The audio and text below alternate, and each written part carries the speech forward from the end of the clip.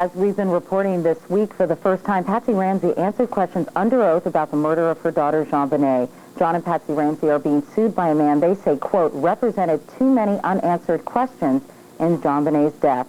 It's been nearly 5 years since the little girl was murdered, and no arrests have been made. Lin Wood is the lawyer for the Ramsey family. Mr. Wood, good morning. Good morning, Katie. Why was this the first time that Patsy Ramsey answered questions under oath? That seems awfully strange to people since this investigation has been going on for almost 5 years. Well, she's never been asked to testify under oath before. The interviews that she's given that consist of probably 70 hours of police interviews, police questioning, there was never a request that she testify under oath or be interviewed under oath. That would not be routine police procedure. You're expected to tell the truth when you talk to the police, and obviously in a civil case, when you give a deposition, you're sworn under oath to tell the truth. Either way, Patsy Ramsey has told the truth from day one to the present time. Can you briefly explain why John and Patsy Ramsey were questioned in this particular case by New York attorney Darnay Hoffman? Darnay Hoffman is the lawyer who represents Chris Wolf. Chris Wolf is an individual who was a suspect in the JonBenet Ramsey murder, because his then-girlfriend went to the police and informed them that she thought, for a variety of reasons, that he may very well have been involved in the murder. The Ramseys, in their book, The Death of Innocence, identified correctly and accurately that Chris Wolf was a police suspect, that he did represent unanswered questions, and Mr. Hoffman, for reasons that we think are primarily related to publicity, filed this lawsuit alleging that Chris Wolf had been libeled and that his reputation had been somehow harmed by the statement of the truth that he was a suspect. The authorities did investigate him, did they not? They did investigate him. The question of whether they investigated him thoroughly is obviously one that remains on the table. The more we learn in this litigation about the investigation by Boulder of Chris Wolf and others, it becomes very clear that many legitimate suspects, including Chris Wolf, have never been thoroughly investigated by the Boulder Police Department. Such as? Well, I don't want to name names, but I will tell you that Chris Wolf has not been cleared in this investigation. And we know this, Katie, we know that the police department, primarily led by two individuals, Steve Thomas and Commander Eller, who had never had any homicide experience prior to the JonBenet Ramsey case, clearly put on blinders for the first 10 months of the investigation, and really refused to go anywhere in terms of legitimate investigation except to look at the Ramseys.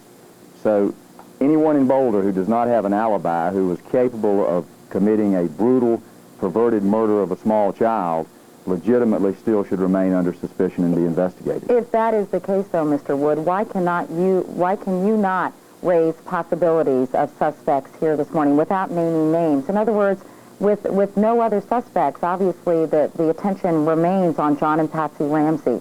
Are there legitimate leads, in your estimation, that have not been followed other than people who have some kind of history in this?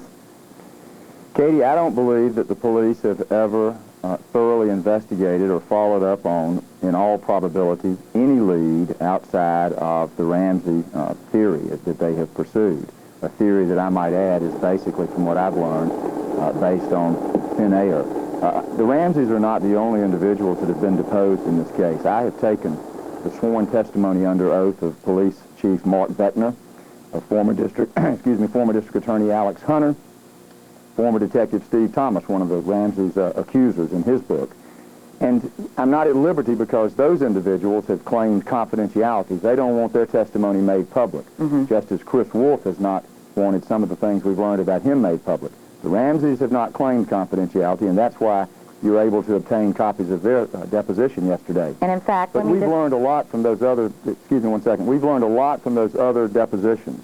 I can't give you the details, but I can tell you this with confidence, that there is no evidence that exists that supports the involvement of John and Patsy Ramsey in the death of their daughter.